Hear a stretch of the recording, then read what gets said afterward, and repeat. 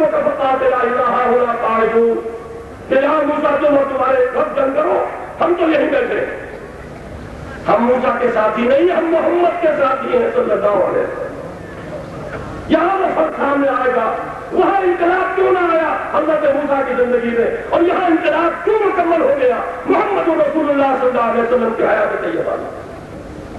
فیصلہ کن چیز آپ کے ساتھیوں کی وہ جانشانی، وہ سرفروشی، خدا کی قسم آپ ہمیں حکم دیجئے، جو آپ کی مرضی ہے وہ فرمائیے، ہم سے کیا پوچھتے ہیں؟ کیا اگر کہ اللہ تعالیٰ آپ کو ہمارے ذریعے آنکھوں کی ٹھنڈک عطا فرمائے؟ اتنی جانشانہ تقریر حضور پھر بھی کچھ منتظر سے۔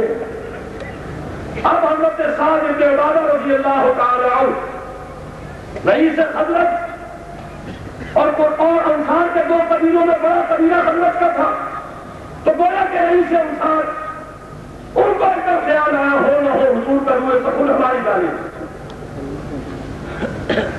وہ عرض کرتے ہیں بڑو کر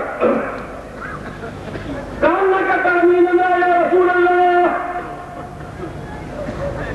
کاننا کا کانینا حضور شاید آپ کا روح سکون ہماری جانب ہے، خدا کی قسم انا آمنا بک وصدقناک، میں اس کا مفہوم ادا کر رہا ہوں، بھول جائیے کہ بیعت عقبہ میں کیا طے ہوا تھا کیا نہیں ہوا تھا، مدینے پر حملہ ہوا ہے یا نہیں ہوا، آپ آگے بڑھ کر اقدام کر رہے ہیں، ہم آپ پر ایمان لائے ہیں، ہم نے آپ کو اللہ کا رسول مانا ہے، اب آپ جو آپ کی مرضی ہو حکم دیجیے، خدا کی قسم اگر آپ ہمیں حکم دیں گے ہم اپنی سواریاں سمندر میں ڈالیں گے، خدا کی قسم اگر آپ ہمیں حکم دیں گے ہم برکوزوات تک جا پہنچیں گے، اپنی اونٹیوں کو دبلا کر دیں گے۔ اس کے بعد آتا روایات میں حضور کا چہرہ چمک اٹھا اور پھر اقدام ہوا ہے بدر کی طرف۔ یہ ہے محمد کے صحابہ، جہاں حضور کا پسینہ گرا انہوں نے اپنے خون کی ندیاں بہا دی۔ ایک مغالطے کی اسٹارٹ کرنا چاہتا ہوں وقت کے ساتھ۔ ابھی اس پیغام میں آپ نے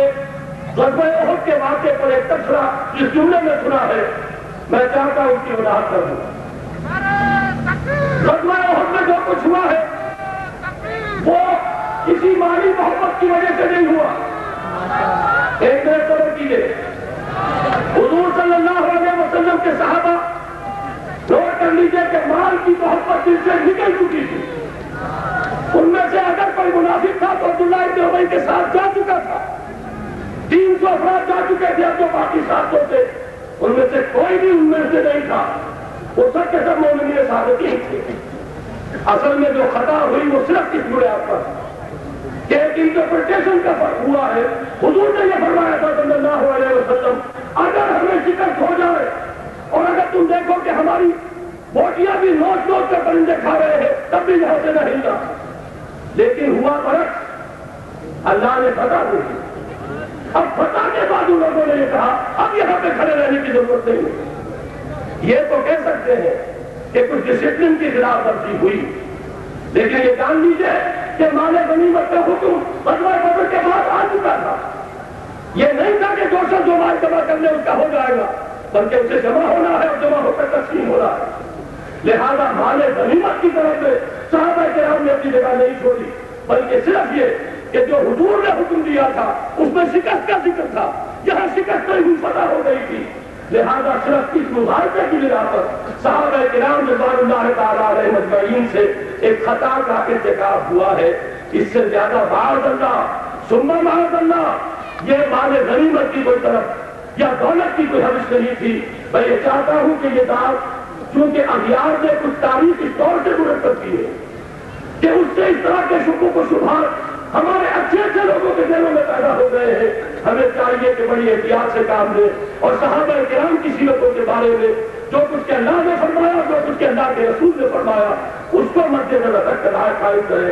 میں آخر میں صرف دعا کرتا ہوں اللہ تعالیٰ ہمیں ایک طرف کی عزم کرنے کی توفیق عطا فرمائے، وہ امانت دین محمدی کی، نوع انسانی کے لیے پیغام، وہ نظام دین حق جس کی کہ آج انسانیت کو سب سے بڑھ کر ضرورت ہے، جس کے لیے دنیا چشم براہ ہے، ہر جگہ دینی جہاں رنگ و بو دار کے خاکش میں ہویا تارزو یا بے نور مصطفیٰ اڑا بہار یا حروب اندر تلاش مصطفیٰ نوع انسانی در حقیقت جب ایک نظام عادل کی تلاش میں ہے تو در حقیقت گویا کہ محمد کی تلاش میں ہے صلی اللہ علیہ وسلم.